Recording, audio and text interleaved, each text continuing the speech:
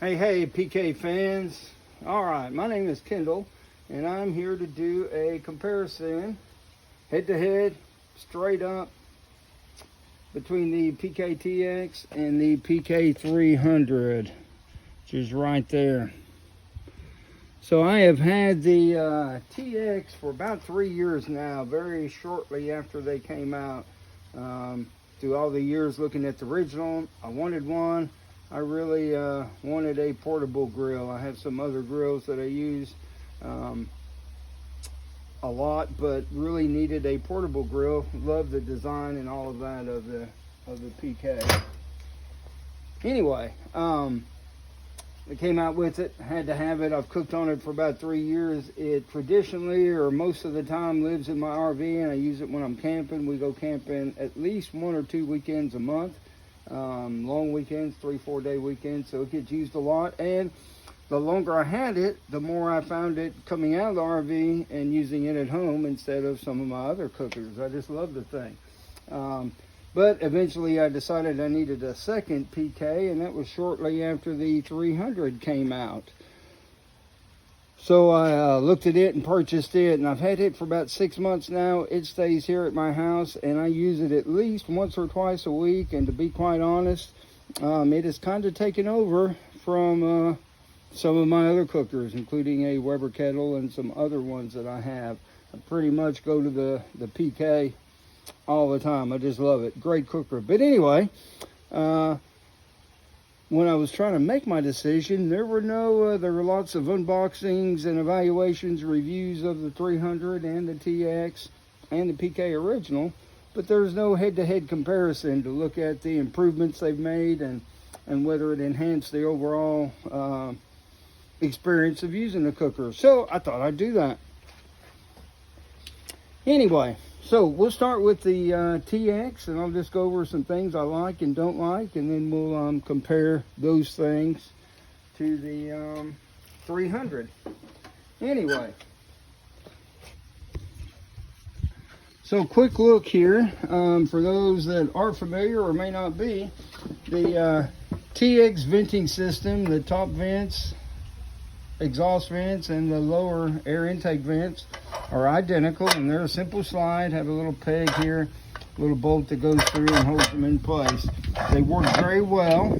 As you can imagine, when you're cooking, they get kind of warm, and the bottom ones, the air intake, obviously get warm. But typically it's a very quick process. You don't necessarily get burnt because, again, it is a very quick process to slide them and adjust them if you need to. Anyway, you'll notice that I have a thermometer. The TX does not come with a thermometer. It does have a blank here with 2 screws in it, and I'm assuming that's the old style handle, and the new handle goes up higher, so they just put a bar across it and 2 stainless screws. I took one of those screws out, perfect fit for my thermometer, works fine. I use charcoal on the hinge side because of that, so I get a good reading. Anyway, on the inside, the stock, and again you can see the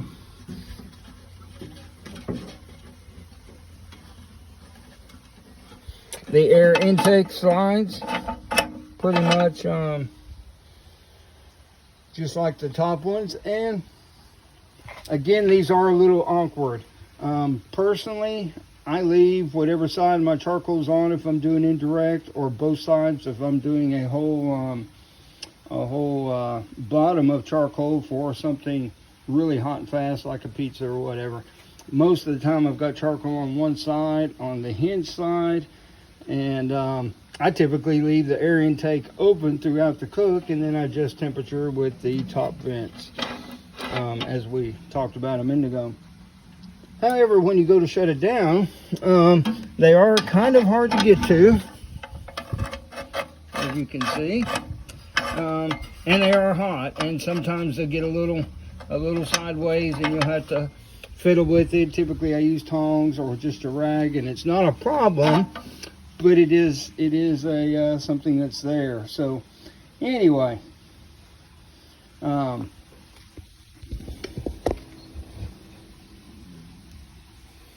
The charcoal grate.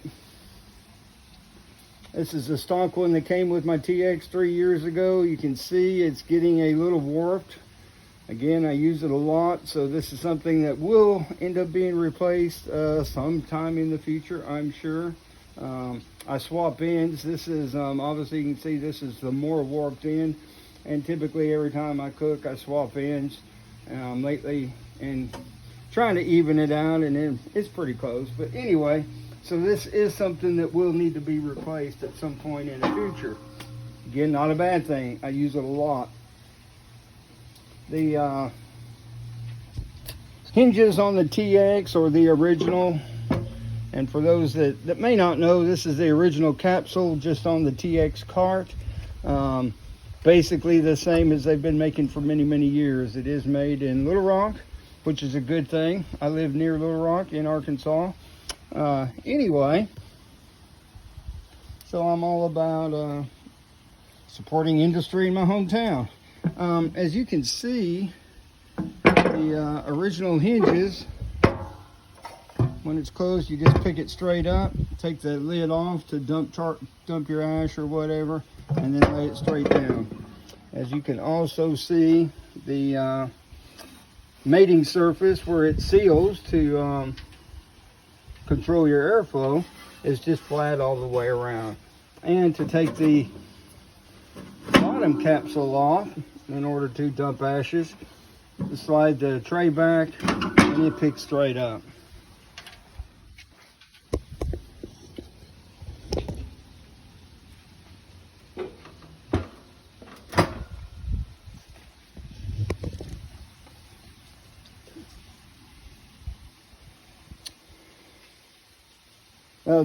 The TX card, which again is specific to the TX, you can also get the original cart with this same capsule. The original cart does have a fixed tray and doesn't fold. Also, it's got a little bit lower height. I've not measured it, but I think it's a couple inches lower. The TX cart is exactly the same height as the 300 cart. One other thing to point out on the TX and the original, there is no bottom tray and no way of putting one without just fabricating something, no factory alternative. Another thing is, you noticed on the inside where I was showing you the air intake, ash will fall straight out of the air intake into these little channels, which again, for me is not a problem. I cook, I'm on pavers, on concrete, not on a deck. If I was on a deck, I would almost certainly want something between the TX and the wooden deck to prevent a little cold getting there and maybe causing a fire or something. Anyway, so there is some ash buildup, and you can see that in there from some of my previous cooks. That really does not get to be a problem when in between cooks, when I clean out the bottom part. I also usually push those ashes out or use a blower and just blow them out or whatever. So not a problem, something to be aware of. I have seen on the PK Facebook group, some people will put a tray in between here to catch all the ashes. Again, I've never found the need to do that, but that is, again, something to note on the TX. On the 300, you'll notice, let me get the camera up here close. You'll notice it's got little plastic handles. It's a round vent rather than the rectangular vents, sliding vents on the original capsule. It's a round vent and it is indexed, so you can kind of, once you get used to your charcoal load and what you're cooking, getting a certain temperature, you can kind of pick out where to set it, and that works pretty well. Anyway, but it is a plastic handle on here, so it doesn't get hot, which is a good thing. And again, pretty easy adjustments.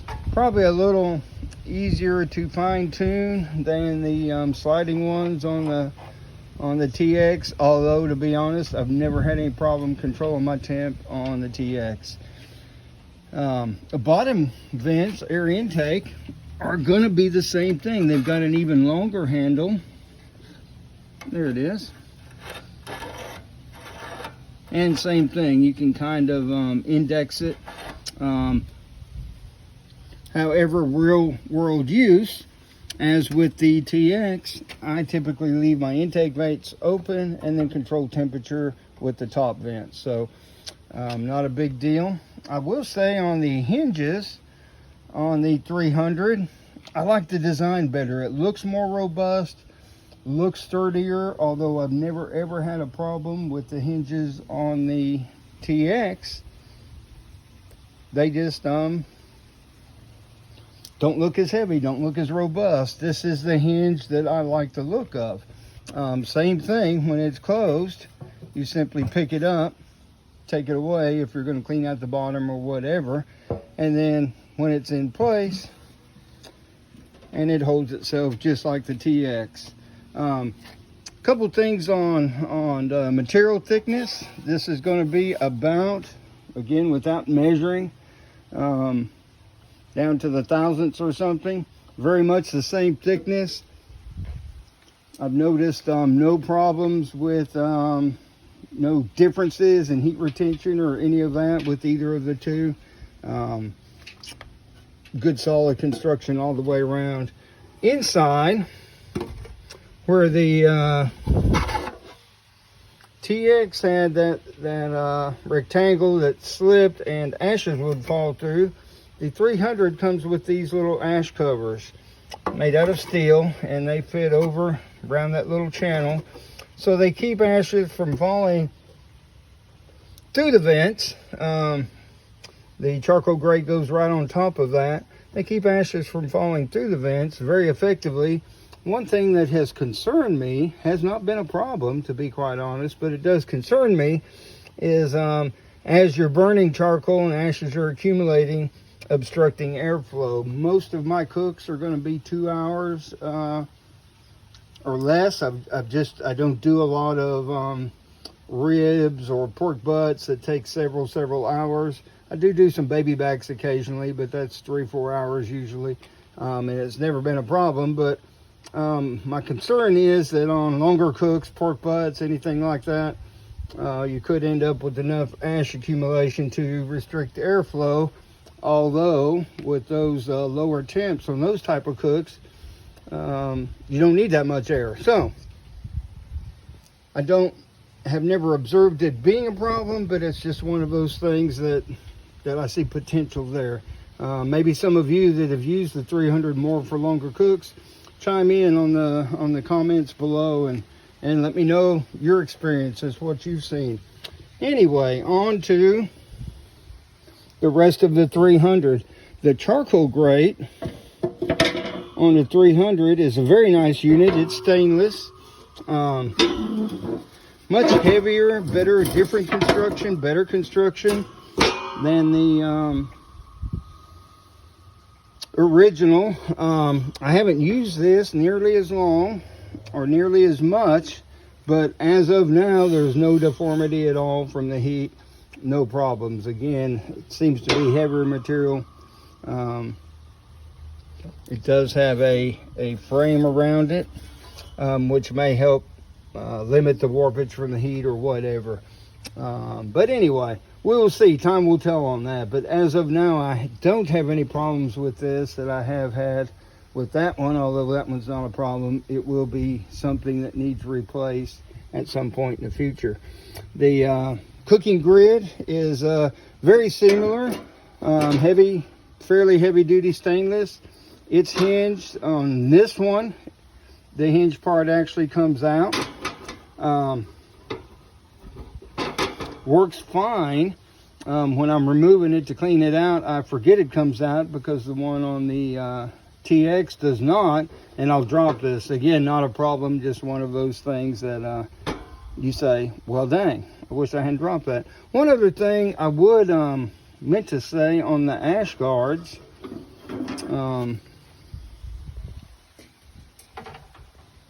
on the 300. The little covers down here that keep the ash from falling out. These are steel, and you can see they're starting to rust. Again, I had them about 6 months, used them a lot. So this will be a part that at some point needs replaced. It's not looking like anytime soon. They're fairly heavy steel, but steel, ashes, and moisture cause corrosion, and at some point they will rust and will need replaced. I just know that. And speaking of moisture, one other thing I'd like to point out on this one, both of these stay outside all the time, no cover. They get rained on. The vents on top here, although they appear, they've got a little raised edge here, and when they're closed, it would appear to be pretty impervious to water. However, every time it rains, the ashes, used charcoal, whatever inside are damp, and I have actually seen some, not a lot, a little bit of pooled water inside. So it's leaking somehow. I hadn't quite figured out where or how. Nowadays, I typically, when it's going to rain, I'll just lay something on top. On the TX, although it looks like water would just love to go through there, I've never had any dampness, moisture, or whatever inside after rain on this one, so it does not leak. Kind of unusual, but again, going back to the ash covers, water and ashes, very corrosive to steel. The ash covers are steel, so again, those will be replaced at some point. Again, not a deal breaker, just trying to give you all the information. The other thing is, I pointed out the sealing surfaces on the TX are flat. You just drop the lid down, hinge keeps it aligned, you get a good seal every time. On the 300, there's little pins there that line up with holes in the lid, and quite regularly, you can see right now, slightly off, and you have to give it a nudge to get a good seal. Again, not a deal breaker, very easy to do, not been a problem. It is a difference between the two, and that's the purpose of this video. Anyway, so that is a rundown of the two grills, PKTX, PK300, some of the differences. A couple of the things I really like about the 300, the bottom shelf makes it, don't know if you can see that or not, but makes it easy to store, shovel, a little more grid, whatever you may need. Makes it easy to store all of that. The TX doesn't have any kind of a shelf.